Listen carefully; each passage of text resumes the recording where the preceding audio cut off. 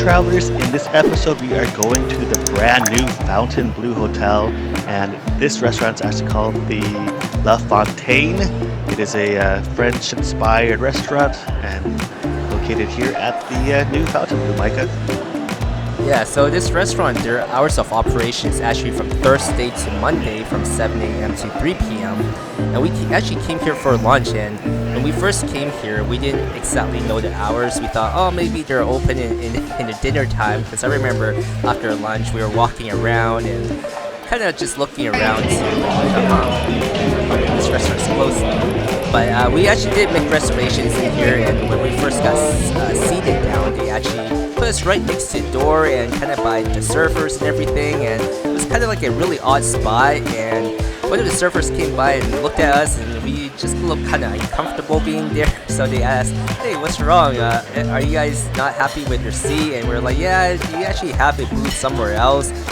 As part of the reservation, I did put down booth as a more comfortable seating position there, and they're like, yeah, let me look around, and they gave us something towards the back, which I'm really glad that they did ask us about that, because being right there by the door, I don't think it would have been as enjoyable of an experience. Yeah, it wasn't so much by the door. Like, we came in and there was a shot at the beginning there where we walked to the original seat. It was right by the server station on that side, and there's kind of this pathway where lots of people actually walk through, and there is a booth seating on one half, of course, and then regular seats and chairs on the other side. But it just made it really uncomfortable because everything was low. The booth kind of made you felt like you were sitting up high, and then everybody is walking through, and then the servers are literally almost right next to you, going through, and like there's the water station. Everybody needs to grab napkins, utensils, everything else, and so it was just so much activity, and it was kind of distracting. And so it was very nice of them that they did notice, and they actually took us back to the other booth and switched us out, and that place was really nice. Yeah, so with this restaurant, it was kind of interesting just to see how everybody had a uniform, and they were all like matching in color, and it kind of just matches the restaurant in general. It was really, I guess, pink-like in color, I would say. And so some of the items that we got here for the beginnings is we got this foie gras, and we got like the avocado toast and some other items. What else did we get besides? We had the foie gras pate. We wanted to try it, and we both, Micah, you and I, we like foie gras. We like the seared foie gras more than we do the pate, but we've tried pate at different places, and so we also wanted to try here as well. And it was good. I enjoyed it. It's not my favorite, I would say, pate that I've ever had, but it was enjoyable, so I didn't regret buying it and trying it. And we also had the avocado toast, as you mentioned before, and that was normal. I'm not a huge avocado toast. I do enjoy the creaminess of avocado, so I do enjoy that, but it's not something I normally buy in terms of appetizer-wise, but I did enjoy it. Yeah, so when I was looking through the menu, the reason why I chose the avocado toast was because on the menu it was called For the Table. And it didn't describe it as avocado toast. It actually described it as pate flambe with like it's like a flat bread with like bacon and other stuff on it. And I thought, well, okay, maybe this is something different.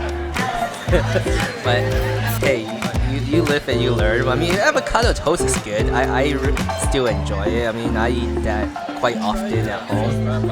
It's something pretty easy to make. So it's always nice to see how the restaurant make it and how it enhances the flavor, or maybe it's worse than what you make it at home. And so that's always good to try.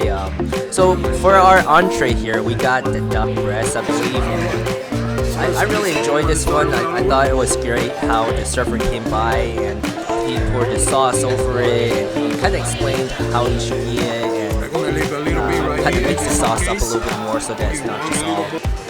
I guess the sauce in the cup is I guess, how do you say it? Congealed.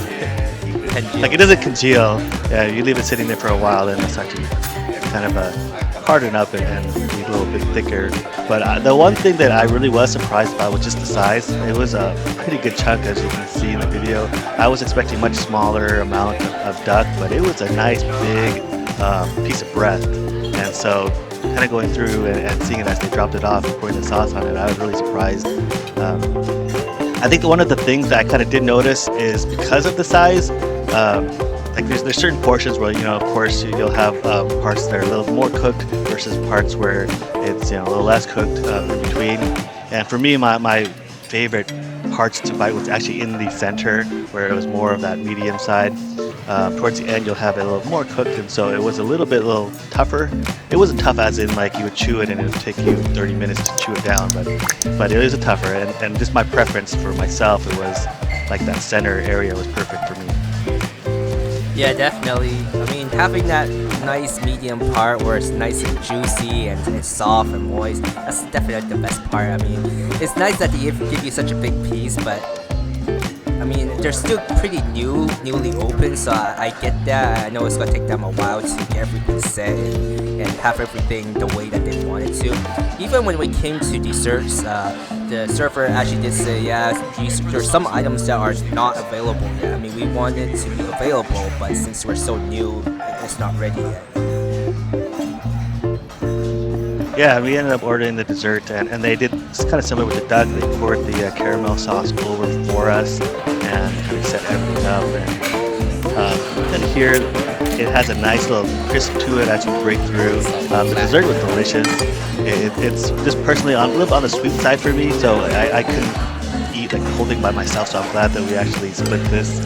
I think I would have got a sugar overrush, but those first few initial bites were really, really delicious. So it kind of hit that spot for finishing that meal. So I did enjoy the dessert very much. Yeah, I really did enjoy this dessert, and I'm glad this was actually something that was suggested by their server. We did ask him, "Oh, what do you like here?" And this was one of his favorite items here, and so I'm actually glad we got it because it was actually really, really good. But like Simon said, it was nice and crispy on the outside. The center was really soft, and with the caramel sauce and everything, kind of like made everything like into one perfect bite.